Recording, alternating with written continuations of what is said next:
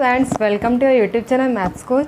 दोस्तों, आज के इस वीडियो में मैं आपके साथ डिस्कस करने वाली हूँ समानुपाती और व्युत्क्रमानुपाती से संबंधित प्रश्नों पर।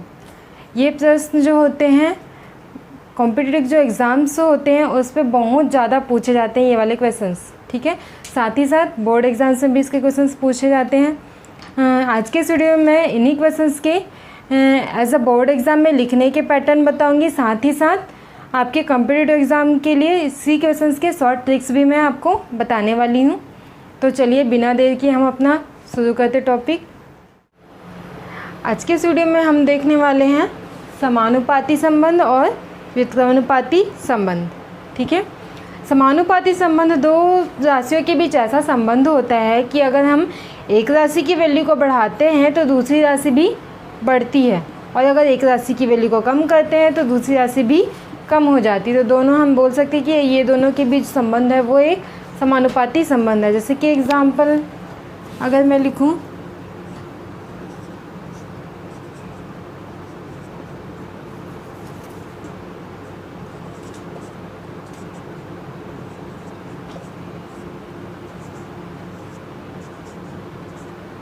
बिजली खर्च और एक और राशि लिखती हूँ मैं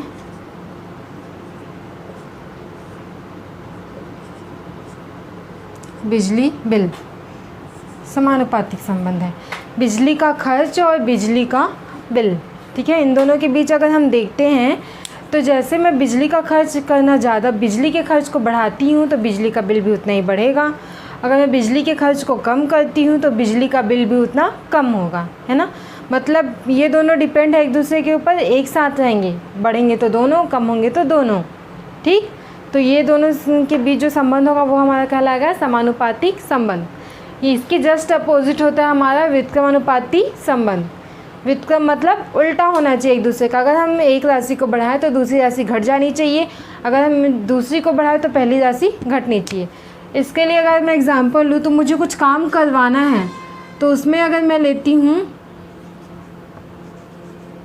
मजदूर और समय के बीच हम संबंध को देखते हैं।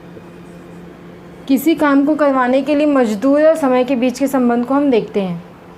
अगर मैं मजदूरों की संख्या को बढ़ा देती हूँ तो मुझे समय कम लगेगा, ज़्यादा लोग रहेंगे तो जल्दी काम ख़त्म हो जाएगा ना, मतलब टाइम कम हो गया। और अगर मैं मजदूरों की संख्या को कम कर देती हूँ तो अब मुझे वो काम ज़्यादा टाइम में कंप्लीट होगा, वो काम टाइम मुझे ज़्यादा लग जाएगा, ठीक। मतलब अगर मैं मजदूरों, ये दोनों क्या है आपस में एक दूसरे के अपोजिट है। अगर मैं मजदूरों की संख्या बढ़ाती हूँ तो टाइम जो है वो कम होगा, अगर मैं मजदूरों की संख्या को कम कर देती हूँ तो उस काम को करने में टाइम ज़्यादा लगेगा, ठीक। तो ये दोनों आपस में व्युत्क्रमानुपातिक संबंध होते हैं। ये एक्चुअल में इसका अपोजिट होता है, इसलिए 1/समय ये लिखा जाता है, ठीक।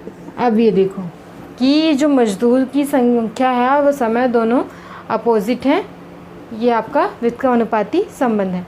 तो इसी व्युत्क्रमानुपाती और अनुक्रमानुपाती संबंध के बीच हम रिलेटेड क्वेश्चंस करते हैं।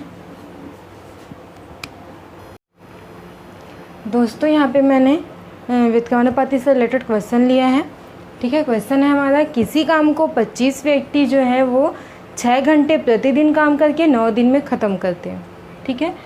तो बताइए कि 15 व्यक्ति 9 घंटे प्रतिदिन काम करके उसी काम को कितने दिन में पूरा करेंगे। हमको यहाँ पे पूछा है कितने दिन, ठीक है।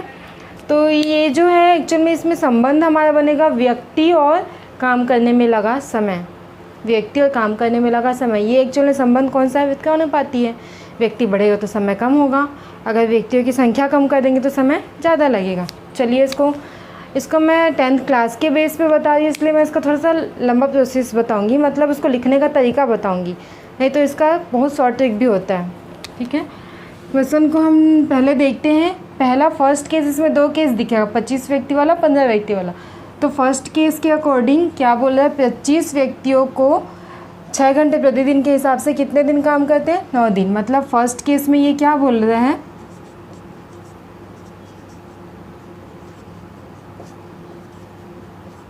25 व्यक्तियों को लगा समय, ठीक है। 25 व्यक्ति को कितना समय लग रहा है, वो कितने घंटे काम कर रहे हैं, 6 घंटे। एक दिन में 6 घंटे, कितने दिन तक काम कर रहे हैं, 9 दिन तक। एक दिन में अगर 6 घंटे काम करें तो 9 दिन तक कितने घंटे हो जाएंगे, 6 नियम 54 घंटे। मतलब 25 व्यक्ति को कितना समय लग रहा है, 54 घंटे। देखो यहाँ पे दो चीज़, यहाँ पे 25 व्यक्ति, समय हो गया 54 घंटे। फर्स्ट केस को हम यहाँ पे क्लोज करते हैं। सेकंड केस अब हम आते हैं सेकंड केस पे, ठीक है। सेकंड केस पे हमको थोड़ा सा मानना पड़ेगा, क्योंकि यहाँ पे बोला 15 व्यक्तियों को 9 घंटे प्रतिदिन काम करके उस काम को ख़त्म करने में कितने दिन लगेंगे। तो हम मान लेंगे x दिन। इसी चीज़ को हम यहाँ पे लिख देते हैं कि बताइए, लिखा है तो हम यहाँ पे लिख लेते हैं माना 15 व्यक्ति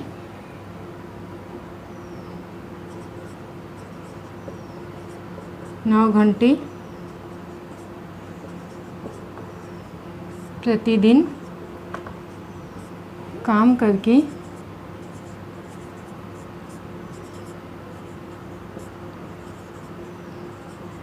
उस काम को कितने की जगह लिख दो, x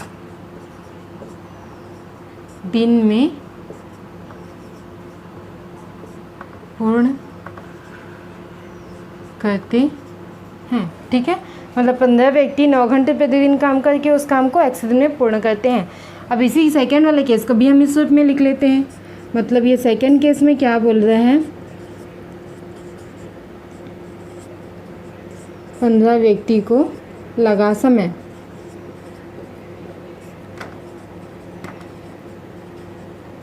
ठीक है। कितने घंटे काम कर रहे हैं एक दिन में, 9 घंटे।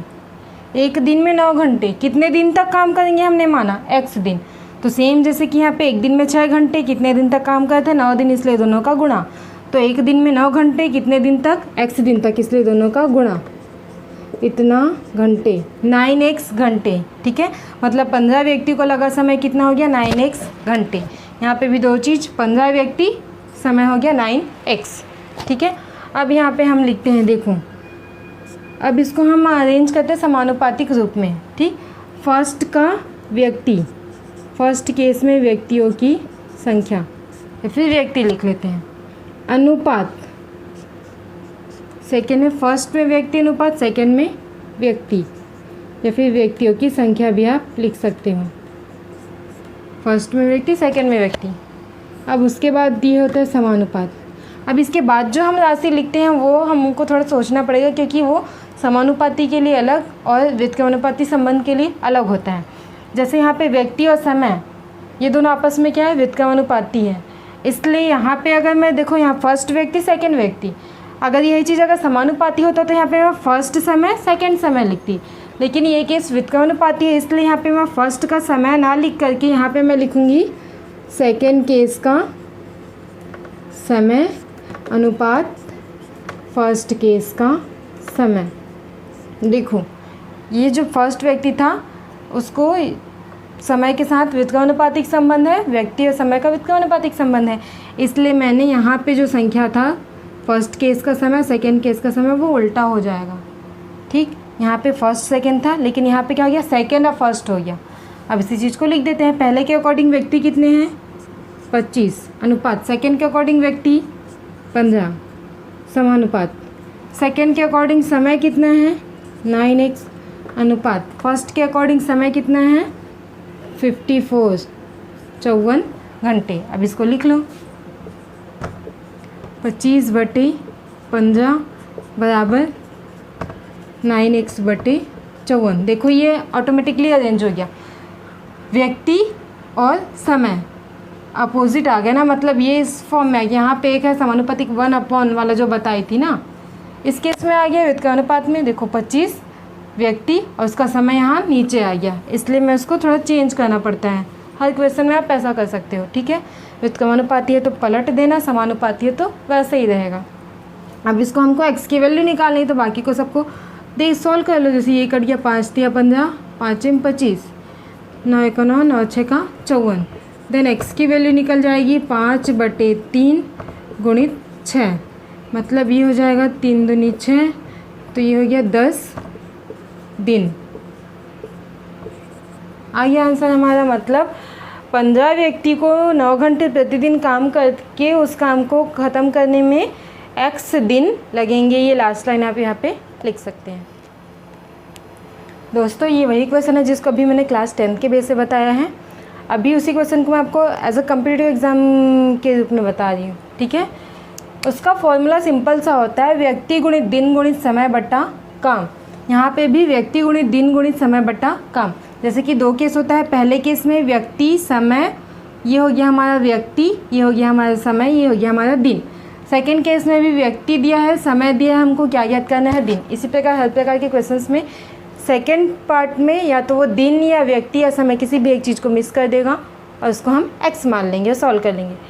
कुछ कुछ क्वेश्चंस में काम भी दिए रहते हैं, जैसे कि एक व्यक्ति इस काम को इतने दिन में ख़त्म करता है, दूसरा व्यक्ति उसी के दुगने काम को कितने दिन में ख़त्म करेगा, वो काम को भी वैसा दिया जाता है, ठीक है। इसमें तो इस क्वेश्चन में फ़िलहाल हमको काम नहीं दिया तो हम काम को छोड़ देंगे, ठीक। तो इसके अकॉर्डिंग व्यक्ति क्या है, फर्स्ट केस के अकॉर्डिंग 25 गुणित दिन हमको बोला है, 9 दिन गुणित समय हमको बोला है 6 घंटे। यहाँ पे व्यक्ति कितना बोला है 15, दिन कितना बोला है हमको ज्ञात करना है, इसलिए x, समय कितना दिया है 9 घंटे। तो अब सॉल्व कर लो इसको, कितना हो जाएगा, और x को रखो, बाकी को यहाँ पे पक्षांतर कर लो, यहाँ पे काट सकते हो। ये हो गया आपका 5 दिया 15, 5 में 25 हो गया, ये दोनों साइड का 9 कैंसिल हो गया, ठीक है। इधर पे 3 बचा हुआ है तो ये 3 एकम 3, 3 दूनी 6 हो गया, तो 5 दूनी 10। इधर पे आपका सिर्फ बच गया x, निकल गया एक लाइन पे आपका आंसर। दोस्तों यहाँ पे मैंने सेकेंड नंबर का क्वेश्चन लिया है। क्वेश्चन है हमारा, यदि 10 बल्बों को 60 दिन तक 4 घंटे प्रतिदिन जलाने पर 80 रुपये का विद्युत व्यय आता है, मतलब बिजली बिल हमारा 80 रुपये आता है, तो कितने बल्ब 16 दिन तक 3 घंटे प्रतिदिन जलाए जाने पर 40 रुपये का विद्युत व्यय आएगा, ठीक। यहाँ पे हमारा जो संबंध बनेगा वो किसके किसके बीच होगा, विद्युत खर्चा, मतलब बल्ब जल रहा है तो कितना खर्च हो रहा है विद्युत हमारा, और बिजली का बिल कितना आ रहा है। विद्युत खर्च और विद्युत का व्यय, बिजली का बिल, ये दोनों के बीच जो संबंध होगा वो क्या होगा, समानुपाती होगा कि व्युत्क्रमानुपाती होगा। समानुपातिक होगा ना, क्यों, क्योंकि बिजली जितना ज़्यादा खर्च करेंगे बिजली का बिल उतना ज़्यादा आएगा, और बिजली कम खर्च करेंगे तो बिजली का बिल भी कम आएगा, ठीक है। तो इसी के बेस पे क्वेश्चन हम बनाते हैं। चलो यहाँ पे जो फर्स्ट केस है, यहाँ पे भी हर क्वेश्चन में 2 केस होगा, ठीक है। तो यहाँ पे फर्स्ट केस के अकॉर्डिंग क्या बोला है, 10 बल्ब 10 बल्बों को कितने दिन तक, 60 दिन तक, कितने समय, 4 घंटे प्रतिदिन जलाने पर बिजली बिल बोल रहा है 80 रुपये। लेकिन यहाँ पे हमको देखना है पहले कि 10 बल्ब को 60 दिन तक 4 घंटे प्रतिदिन जला रहे तो विद्युत खर्च कितना हो रहा है, ठीक है। प्रतिदिन जलाने पर हमको चाहिए क्या, विद्युत खर्च कितना हो रहा है, पहले ये हम देख लेते हैं। विद्युत खर्च कितना, बिजली खर्च हो रहा है ये हमको पहले चाहिए, क्योंकि बिजली बिल तो हमको पता है 80 रुपये। खर्च कितना होगा, देखो हम 1 घंटे, एक दिन में कितना घंटे जला रहे, 4 घंटे, एक दिन में 4 घंटे, वैसे कितने दिन तक जलाना है हमको, 60 दिन तक जलाना है, तो गुणा कर दो। एक बल्ब को मतलब एक दिन में 4 घंटे जले तो 60 दिन में कितने घंटे जलेगा, तो 4 गुणित 60, ये एक बल्ब का है, लेकिन हमको जलाने कितने बल्ब हैं, 10, इसलिए इंटू 10। एक्चुअल में इन तीनों का मल्टीप्लाई है, ये हमारा विद्युत खर्च निकल जाएगा। कितना आ जाएगा ये 2400, ये हमारा विद्युत खर्च निकला, मतलब इतना बिजली बिल हम इतना बिजली हम खर्च कर रहे हैं, ठीक। तो हमारा विद्युत व्यय, मतलब बिजली का बिल कितना आ रहा है, विद्युत व्यय, बिजली का बिल कितना आ रहा है, इतना करने पे हमारा 80 रुपये आ रहे हैं, जो हमारा क्वेश्चन में दिया है। हमने विद्युत खर्च निकाला इसके अकॉर्डिंग और विद्युत व्यय हमारे क्वेश्चन में दिया है। ये फर्स्ट केस के लिए हमने 2 पॉइंट यहाँ पे ले लिए, विद्युत खर्च और विद्युत व्यय। अब हम जाते हैं सेकेंड केस की ओर। सेकेंड केस में क्या बोल रहा है, कितने बल्ब, कितने बोल दिया तो हम सबसे पहले कितने की जगह मान लेंगे x, ठीक है। तो यहाँ पे हो जाएगा माना एक्स बल्ब,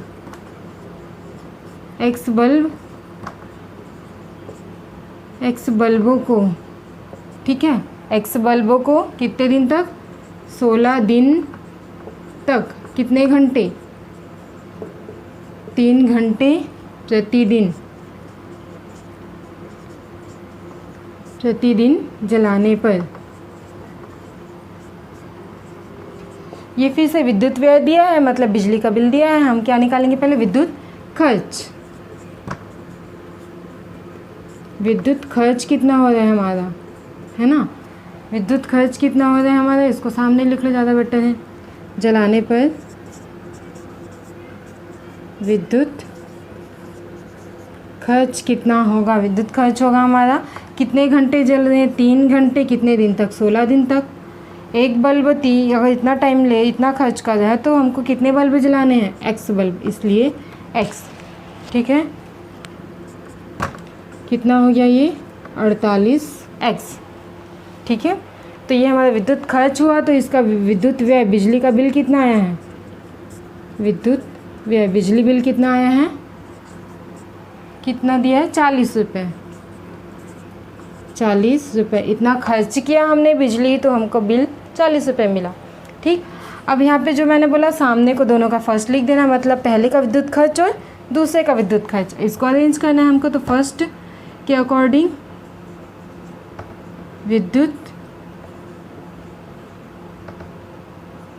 विद्युत खर्च अनुपात सेकंड का विद्युत खर्च समानुपात। मैंने बोला पीछे की राशि चेंज होती है अकॉर्डिंग टू कि वो समानुपात है कि व्युत्क्रमानुपात। विद्युत खर्च और विद्युत व्यय, ये दोनों राशि आपस में क्या है, समानुपात है, एक बढ़ेगा तो दूसरा भी बढ़ेगा, इसलिए हम इसको सीधा ही लिखेंगे। जैसे कि सॉरी, ये पहला का था, ये सेकंड का था, तो इधर भी हम फर्स्ट का विद्युत व्यय लिखेंगे और विद्युत व्यय अनुपात सेकंड का विद्युत व्यय। जगह थोड़ा कम हो गया, ठीक है। यहाँ पे देखो मैंने इसको चेंज नहीं किया है, फर्स्ट सेकंड किया, तो इधर भी फर्स्ट और सेकंड। क्यों? क्योंकि ये विद्युत खर्च और विद्युत व्यय, खर्च मतलब हमने कितना बिजली जलाया है, व्यय मतलब उसका कितना बिजली का बिल आया है, दोनों क्या है, समानुपाती, इसलिए ये फर्स्ट सेकंड है तो वो भी फर्स्ट सेकंड। अगर व्युत्क्रमानुपाती होता तो मुझे उसको टर्न करना पड़ जाता, पलटना पड़ जाता है ना। अब इसको लिख लो, पहले को अकॉर्डिंग विद्युत खर्च कितना है 2400 अनुपात सेकंड का विद्युत खर्च कितना है 48x समानुपाती फर्स्ट का विद्युत व्यय 80 रुपये अनुपात सेकंड का विद्युत व्यय 40 रुपये। तो इसको लिख लो फिर 2400 बटे 48x इज इक्वल टू 80 बटे 40। हमको वैल्यू किसकी फाइंड करनी है, x की। Then x is equal to 80 बटे 40 पहले से है, ये 48 ऊपर चले जाएगा, 2400 नीचे आ जाएगा। मैंने सारा कुछ पक्षांतर कर दिया है, ठीक है। नहीं सॉरी, अकॉर्डिंग इसको तो यह गुणा कर लो, ज़्यादा बेटर रहेगा। x को उधर भेज दो, बाकी को इधर लेके आ जाओ, ठीक है। 2400 अपॉन 48, इधर का 80 आएगा, नीचे 80 आ जाएगा, ये 40 आपका ऊपर आ गया, इज इक्वल टू इधर x, ठीक। अब ये सही, क्योंकि नीचे यहाँ पे x था तो x उधर जाके ऊपर चले जाएगा। अब इसको काट लो, तो ये हो गया आपका 40 से कम 40, 40 दूनी 80, और ये कट सकता है 2 से ही काट लो, 4 से काट लो, किससे काटोगे, 2 एकम 2, 2 एकम 2, 2 दूनी 4, और ये हो गया आपका 0, ठीक है। और इसको काट लो फिर 12 एकम 12, 0 0, 12 चौक 48, ठीक। ऊपर में 100 बच गया, नीचे में 4 बच गया है, ये कितने बार में कट जाएगा, 4 एकम 4 हो जाएगा, ठीक है। ये आ गया आपका 25, मतलब x की वैल्यू कितनी आ गई 25। मतलब हम कितने बल्ब जला सकते हैं यहाँ पे,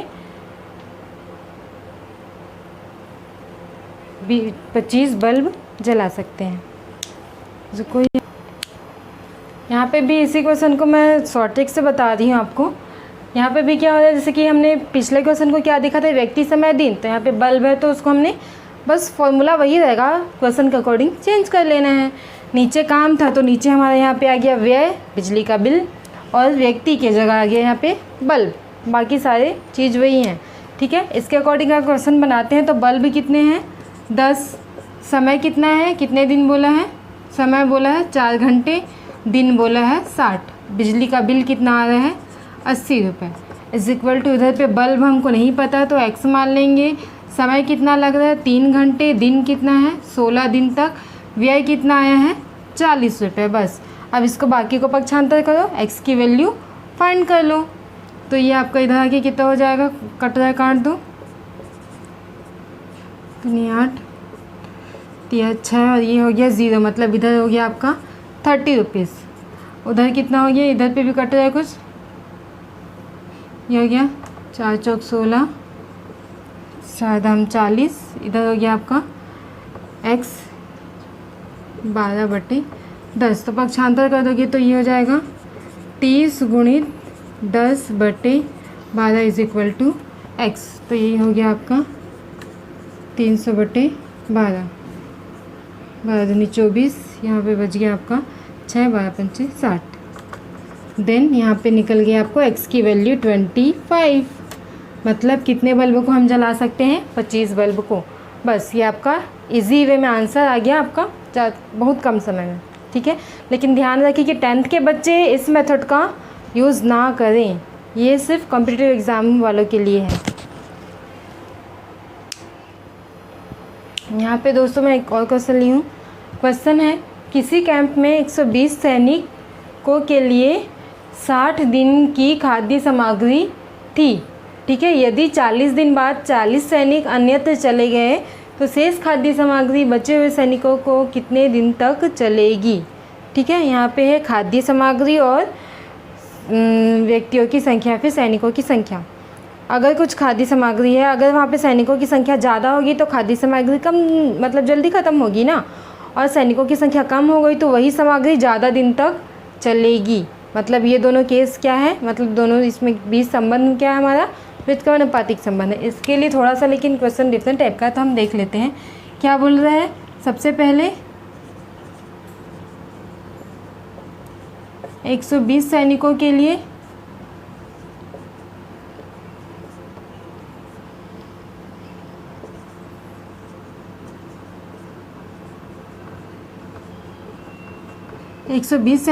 खाद्य सामग्री कितने दिन तक की थी, 60 दिन तक,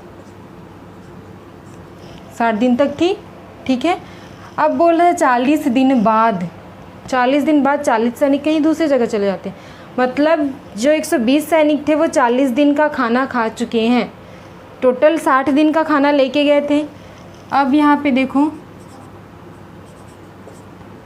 40 दिन बाद क्या होता है, 40 दिन बाद ये जो 120 सैनिक हैं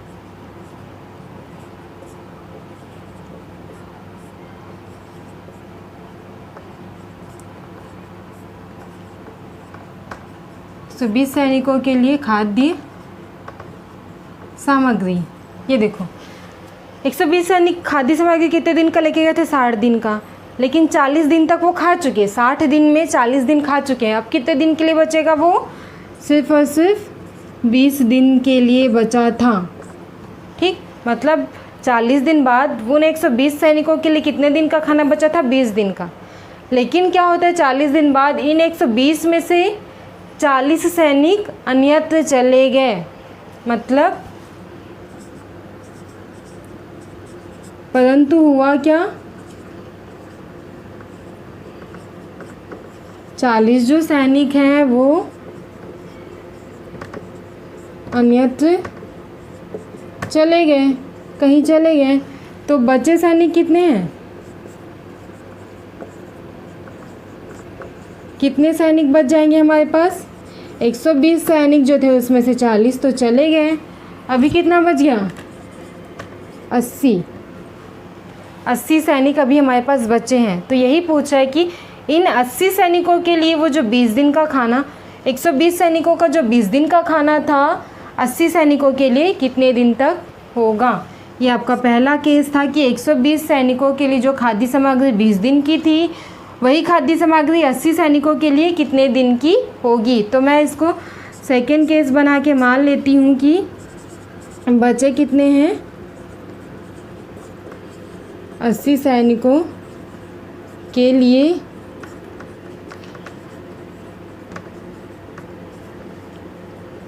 जो खाद्य सामग्री है कितने दिन तक चलेगी। तो मैं मान लेती हूँ x दिन तक। ठीक, यही बोले ना, 40 दिन बाद 40 सैनिक चले गए, मतलब बचे कितने सैनिक, 80 सैनिक। 80 सैनिक के लिए वो खाना कितने दिन तक चलेगा। तो मैंने मान लिया 80 सैनिकों के लिए वो खाना जो होगा वो x दिन तक चलेगा। अब ये पे देखो 2 केस हो गया मेरा, सैनिक दिन, सैनिक दिन, सैनिक और खाना चलने का दिन। ज़्यादा लोग होंगे तो खाना कम समय जल्दी ख़त्म होगा, और कम लोग होंगे तो खाना ज़्यादा दिन तक चलेगा, मतलब व्युत्क्रमानुपाती। तो इसको अगर अरेंज करेंगे तो फर्स्ट के अकॉर्डिंग सैनिक या फिर सैनिकों की संख्या आप लिख सकते हो समान अनुपात, सेकेंड केस के अकॉर्डिंग सैनिक, ठीक है, समानुपाती होगा। ये दोनों घटनाएं क्या है, सैनिक और सैनिकों की संख्या और खाद्य सामग्री चलने का दिन व्युत्क्रमानुपाती है, इसलिए हम ये क्या कर देंगे, टर्न कर देंगे, मतलब सेकेंड का दिन अनुपात फर्स्ट का दिन। ठीक है, व्युत्क्रमानुपाती थी इसलिए ये पलट गया, देखो फर्स्ट सेकेंड वाला पहला है या फर्स्ट वाला पीछे चले गया। तो फर्स्ट के अकॉर्डिंग सैनिक कितने हैं, 120 अनुपात सेकेंड के अकॉर्डिंग सैनिक कितने हैं, 80 समानुपाती। सेकेंड के अकॉर्डिंग दिन कितना है, x मैंने मान लिया, फर्स्ट के अकॉर्डिंग दिन कितना था, 20 दिन तक चलने वाला था। ठीक, तो इसको आप सॉल्व कर लो, 120/80 बराबर x/20, x की वैल्यू फाइंड करनी है, तो 120/80 गुणित 20 = x हो गया। ठीक है, 4 तिया 12 और ये हो गया आपका 0, देन x की वैल्यू आ गई 30, x की वैल्यू आ गई 30। मतलब अगर 40 सैनिक कहीं और चले गए हैं तो उतना ही खाना बाकी बचे सैनिकों को कितने दिन तक होगा, 30 दिन तक बाकी बचे सैनिक उस खाने को खा सकते हैं।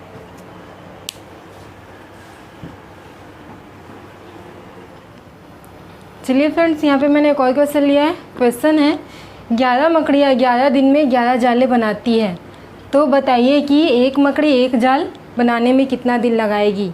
ये क्वेश्चन थोड़ा सा कंफ्यूजिंग है, मकड़ी जाल जाल मकड़ी बहुत कंफ्यूज होते हैं लोग, है ना, क्योंकि संख्याएं भी सेम है, 11 मकड़ी 11 जाल 11 दिन, तो थोड़ा सा कंफ्यूजिंग होता है, लेकिन समझोगे तो ये क्वेश्चन बहुत ईजी जाता है। चलिए मैं बताती हूँ कैसे। जैसे कि आप नॉर्मल क्वेश्चन लेते हैं, मजदूर और काम वाला लेते थे, उसमें क्या होता था कि एक काम को इतने मजदूर इतने दिन में करते हैं, उसी काम को कुछ मजदूर कितने दिन में करेंगे, ऐसा क्वेश्चन आता था। उसमें आपने दोनों चीज़ में क्या किया, दोनों चीज़ में एक ही काम की बात करता है वो, है ना, 2 केस रहता है, दोनों केस में वो एक ही काम की बात करता है। यहाँ पे हमको किसी भी एक चीज़ को, जैसे वहाँ पे काम सेम रहता है ना दोनों में, यहाँ पे भी हमको किसी भी एक चीज़ को सेम करना पड़ेगा। ठीक, जैसे कि क्वेश्चन में यहाँ पे दिया है 11 मकड़ियाँ 11 दिन में 11 जाल बनाती, एक मकड़ी एक जाल। अगर मैं ये फर्स्ट केस ये हो गया और ये हमारा सेकंड केस हुआ, ठीक, अगर मैं फर्स्ट केस में भी यहाँ पे अगर एक जाल है तो इस जाल को भी मैं एक कर दूँ, सबसे फर्स्ट काम मेरा क्या होगा, दोनों में किसी एक चीज़ को सेम करना पड़ेगा। मैं क्या करती हूँ, जैसे बाकियों में काम सेम रहता है, मैं यहाँ पे जालों की संख्या को सेम कर देती हूँ दोनों ही केस में। यहाँ पे जैसे एक जाल बनाना है ना, तो मैं जो फर्स्ट केस दिया है उसको भी मैं एक जाल में कन्वर्ट कर देती हूँ। तो इसको मैं थोड़ा पलट के लिख लेती हूँ कि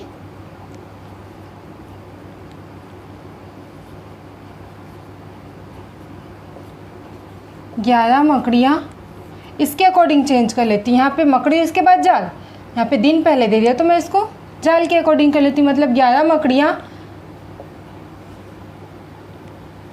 11 जालें बनाती हैं कितने दिन में? 11 दिन में। 11 मकड़ियाँ जो मिलके 11 जाले बनाती है एक दिन में, तो यही 11 मकड़ियाँ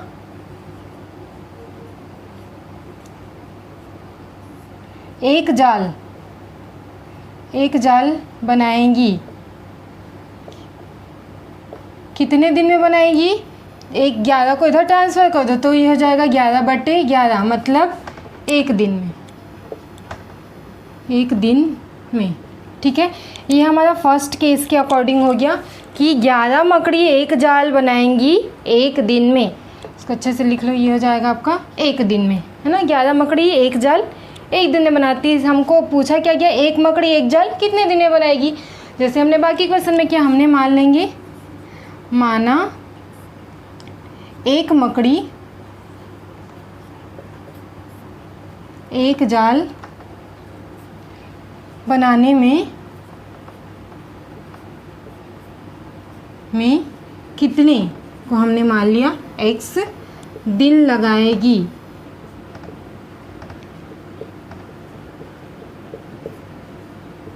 ठीक है। अब यहाँ पे भी देखो मकड़ियों की संख्या और दिन। अगर ज़्यादा मकड़ी रहेंगे तो जल्दी बन जाएगा, अगर कम मकड़ी रहेंगे तो ज़्यादा दिन लगेगा ना। मतलब ये मकड़ियों की संख्या और दिन, ये हमारा क्या है? व्युत्क्रमानुपाती होता है। ये मकड़ियों, फर्स्ट केस के अकॉर्डिंग 11 मकड़ी एक दिन, सेकेंड केस के अकॉर्डिंग एक मकड़ी x दिन, है ना। हमको पता है कि मकड़ियों की संख्या और जाल बनाने में लगे दिन दोनों व्युत्क्रमानुपाती। मकड़ियों की संख्या बढ़ेगी, दिन कम हो जाएंगे, मकड़ियाँ कम होंगी तो दिन बढ़ जाएंगे। ठीक है, व्युत्क्रमानुपाती है, इसलिए इसमें केस क्या होगा? पीछे वाला टर्म, फर्स्ट में मकड़ियों वाला तो सेम रहेगा, मकड़ियों की संख्या। फर्स्ट केस में मकड़ियों की संख्या अनुपात सेकेंड, ये हमारा सेकेंड वाला जो हमने माना। उसके बाद सेकेंड केस में मकड़ियों की संख्या।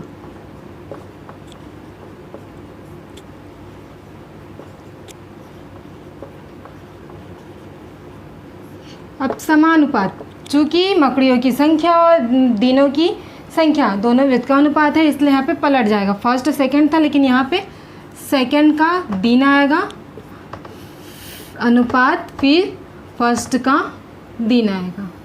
ओके, यहाँ पे देखो फर्स्ट केस के अकॉर्डिंग मकड़ियों की संख्या क्या है हमारे पास? 11 अनुपात सेकंड केस में मकड़ियों की संख्या 1 समानुपात सेकंड में दिन। इसको ध्यान रखना ना, सेकंड में दिन लिखना मतलब हमने क्या माना था? x अनुपात फर्स्ट का दिन क्या है? 1। तो ये हो गया आपका 11/1 बराबर x/1। देन हमको मिल गया x = 11। दैट मीन्स एक मकड़ी को एक जाल बनाने में 11 दिन लगेगा, 11 दिन वो लगाएंगी, है ना। सबसे इजी क्वेश्चन, बाकियों की अपेक्षा इसने जगह भी कम लिया और टाइम भी कम लिया। थोड़ा सा कंफ्यूजिंग लगा होगा स्टार्टिंग में, लेकिन मे बी अब आपको ये अच्छे से समझ आ गया होगा। इसी का चलो शॉर्ट ट्रिक भी देख लेते हैं। शॉर्ट ट्रिक में हमने क्या देखा था? फर्स्ट के अकॉर्डिंग व्यक्ति होता था दिन और समय बटे होता था काम, है ना। इधर पे भी वही होता था, व्यक्ति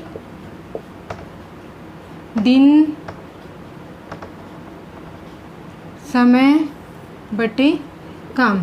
ये शॉर्ट ट्रिक लिए ये हर में सेम रहेगा, बस आपको समझना है कि व्यक्ति की जगह यहाँ पे एक्चुअल मकड़ी है तो 11 मकड़ी, दिन हमारे पास है 11 दिन, और समय यहाँ पे एक्चुअली हमको समय नहीं दिया गया है। ये जो काम है वो जालों की संख्या। ठीक है, सेकंड में व्यक्ति की जगह हमारे पास मकड़ी रहेगा। दिन कितना है? दिन कितना हमको ज्ञात करना है, तो हमने मान लिया x। समय हमको नहीं दिया गया है, इसमें काम दिया गया है एक जाल। ठीक, तो ये हो जाएगा आपका 11 बराबर x। देन यहाँ पे भी हमको एक लाइन में आंसर मिल गया 11 दिन। ओके, चलिए फ्रेंड्स, यहाँ पे एक और क्वेश्चन मैंने लिया है। ठीक है, क्वेश्चन क्या है? किसी काम को 48 मजदूर 8 घंटे प्रतिदिन काम करके 25 दिन में पूर्ण करते हैं। 30 मजदूर इसी काम के दुगने काम को 10 घंटे प्रतिदिन करके कितने दिन में पूर्ण करेंगे? ठीक, यहाँ पे भी ध्यान दो, ये हमारा फर्स्ट केस है, ये हमारा सेकंड केस है। ठीक, यहाँ पे दिया है कि काम, किस काम को, मतलब किसी काम को, मतलब वो एक काम की बात कर रहे हैं। सेकंड केस में उसी ने बोलिए काम से दुगने काम को, मतलब वो उसी काम का दुगना, उस काम को 2 बार। ठीक, तो यहाँ पे भी हमको क्या करना है, काम को सेम करना पड़ेगा, समान करना पड़ेगा। या तो हम इसका दुगना कर देंगे फर्स्ट केस का, या तो फिर सेकंड केस को आधा करेंगे। तो हमको दुगना करना ज़्यादा इजी पड़ेगा, तो हम दुगना करेंगे। ठीक है, इसको लिखते हैं। चलो मैं थोड़ा सा शॉर्टकट में लिखूँगी। जैसे यहाँ पे सबसे पहले देखो क्या लिखा है, 48 मज़दूर एक काम बोला है। 48 मज़दूर एक काम को करने में कितना दिन लगा रहे हैं, 8 घंटे प्रतिदिन करके 25 दिन। 8 घंटे प्रतिदिन मतलब एक दिन में 8 घंटा, ऐसे कितने दिन कर रहा है वो, 25 दिन। ठीक, तो ये कितना हो गया, 25 अट्ठे हो गया आपका 200 घंटे। 48 मज़दूर एक काम, 200 घंटे लग रहे हैं उसको। तो इसी 48 मज़दूर को हम क्या कर रहे हैं, काम को दुगना कर रहे हैं। दुगना कर रहे मतलब मैंने 1 में 2 का गुणा कर दिया, तो समय भी हमारा दुगना लगेगा। तो ये हो गया का 200 × 2 = 400 घंटे। ठीक है, ये हमारा फर्स्ट केस ये हो गया, मज़दूर 48, समय 400 घंटे। सेकेंड केस में बोला है 30 मज़दूर इसी काम के दुगने काम को 10 घंटे प्रतिदिन करके कितने दिन में पूर्ण करेंगे। हम हमेशा की तरह मान लेंगे, माना कितने दिन, x दिन मान लेंगे। माना 30 मज़दूर, यहाँ पे भी 2 काम होगा, समय कितना बोला, 10 घंटे प्रतिदिन।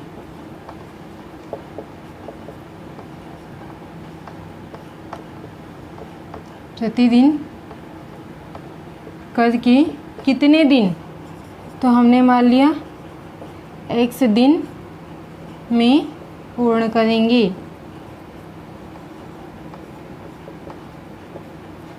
तो इसको भी हम इस टाइप में अरेंज कर लेते हैं, मतलब सेकेंड केस बना लेते हैं। तो यहाँ पे क्या है, मज़दूरों की संख्या है 30, काम हमारा 2 दुगना था। देखो अब यहाँ पे काम हमारा सेम है, ओके। और समय हो जाएगा 10 घंटे प्रतिदिन, मतलब एक दिन में 10 घंटा। तो x दिन मतलब 10x घंटे। अब मज़दूरों की संख्या और लगा समय व्युत्क्रमानुपाती होता है, तो इसके अकॉर्डिंग हमारा जब अनुपात समानुपात में अरेंज करेंगे तो ये क्या हो जाएगा, फर्स्ट में मज़दूरों की संख्या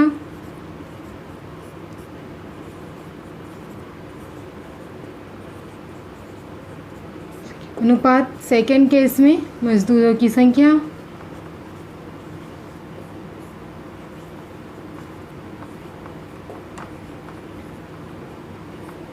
समानुपात। व्युत्क्रमानुपाती है इसलिए पलट देंगे। सेकेंड केस में समय अनुपात फर्स्ट केस के लिए आपका समय। तो इसको अरेंज कर दो। फर्स्ट में मज़दूरों की संख्या कितनी है, 48 अनुपात सेकेंड में मज़दूरों की संख्या है 30 समानुपात। सेकेंड में समय कितना है 10x अनुपात फर्स्ट में समय कितना है हमारा 400 घंटे। इसको अरेंज कर लो तो 48/30 = 10x/400। देन x की वैल्यू फाइंड करना है तो 48/30 × 400/10 = x। इसको सॉल्व कर लोगे तो आ जाएगा आपका 16। देन x की वैल्यू आ जाएगी 64। मतलब 30 मज़दूर उसी काम के दुगने काम को 10 घंटे प्रतिदिन करके 64 दिन में पूर्ण करेंगे। ठीक, इसी को अगर शॉर्ट ट्रिक्स में अगर आप जैसे बाकी में देखते हैं तो उसमें भी क्या हो जाएगा, व्यक्ति होता है, व्यक्ति है 48, व्यक्ति के साथ होता है समय, समय होता है 8 घंटे प्रतिदिन, दिन कितना है 25 दिन। ये आपका हो गया बट्टे काम, काम कितना था यहाँ पे सिर्फ 1। वैसे ही यहाँ पे व्यक्ति होता है 30 हो गया, ठीक है। समय कितना दिया है 10 दिया है, और दिन पूछा है तो दिन को हम मान लेते हैं x। काम यहाँ पे बोला है दुगुना इसलिए नीचे में 2। ठीक, अब x की वैल्यू निकालनी है, बाकी को ट्रांसफ़र कर दो। तो ये हो जाएगा 48 × 8 × 25, ये सब नीचे आ जाएगा यहाँ पे 30 × 10 × 2 = x, इसको जब सॉल्व करोगे तो आपको इसकी भी वैल्यू आ जाएगी 64। ओके, ये आपका शॉर्ट ट्रिक, एक लाइन में ख़त्म। तो दोस्तों आपने देखा कि हमने इस वीडियो में समानुपात और व्युत्क्रमानुपात से रिलेटेड बहुत सारे अलग अलग प्रकार के क्वेश्चंस हमने किए हैं। इससे रिलेटेड आप बहुत सारे क्वेश्चंस हैं जो आप अपने घर पे बना के ज़रूर देखिए, और अगर कहीं पे किसी क्वेश्चन में डाउट आता है तो आप मुझे मेरे कमेंट बॉक्स में कमेंट करके बता सकते हैं। तो चलिए अगले वीडियो में मैं मिलती हूँ आपको किसी दूसरे टॉपिक के साथ। तब तक के लिए टेक केयर दोस्तों।